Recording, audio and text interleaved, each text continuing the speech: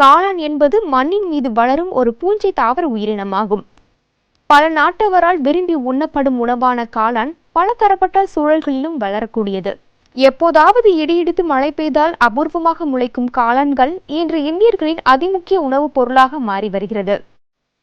ஆயிரக்கணக்கான காளான் வகைகள் இருந்தாலும் சிப்பி காளான்களுக்கும் பால் காளான்களுக்கும் மட்டுமே வரவேற்பு அதிகம்.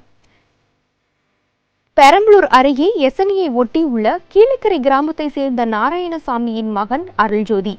டிப்ளமோ மெக்கானிக் படித்துள்ள இவர் வெளிநாட்டில் இருந்து ஓராண்டிற்கு முன்பு சொந்த ஊர் திரும்பினார். தனது வயலில் பால் காளான் வளர்ப்பில் ஈடுபட்டுள்ள இவருக்கு மகாத்மா காந்தி தேசிய ஊரக வேலை உறுதி திட்டத்தின் கீழ் 100% மானியத்தில் கடன் வழங்கப்பட்டுள்ளது. இதன் மூலம் வழங்கப்பட்ட 81,500 ரூபாய் சேர்த்து சொந்த பணத்துடன் ரூபாய் 1,00,000 மதிப்பில் அரைவட்ட குடில் அமைத்து காளான் வளர்ப்பு பண்ணை உருவாக்கியுள்ளார். ராமநாதபுரம், கோவை மாவட்டங்களிலிருந்து விதைகளை வாங்கிக் கொள்கிறார். சோளத்தை கொண்டு தயாரிக்கப்படும் காளான் விதைகள் 300 கிராம் 40 ரூபாய்க்கும், நெல் உமியை கொண்டு தயாரிக்கப்படும் காளான் விதைகள் 300 கிராம் 30 ரூபாய்க்கும் விற்கப்படுகிறது.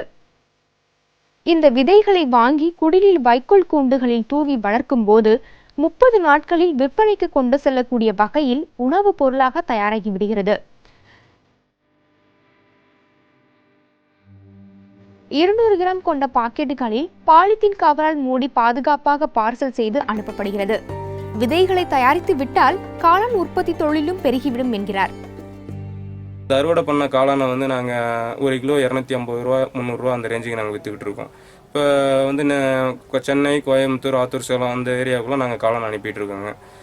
இது பார்த்தீங்கன்னா ஒரு குறைந்த முதலீட்டில் விவசாயம் சார்ந்த தொழில்னு பார்க்கும்போது இந்த காளான் உற்பத்தி இளைஞர்கள்லாம் பண்ணலாங்க. இன்னும் எங்களுக்கு கொஞ்சம் இது வந்து கவர்மெண்ட் வந்து எங்களுக்கு கொஞ்சம் இன்னும் மானியமோ அல்லது லோனோ எதாவது அரேஞ்ச் பண்ணி தந்தாங்க அப்படின்னா இன்னும் கொஞ்சம் நல்லா இருக்குங்க.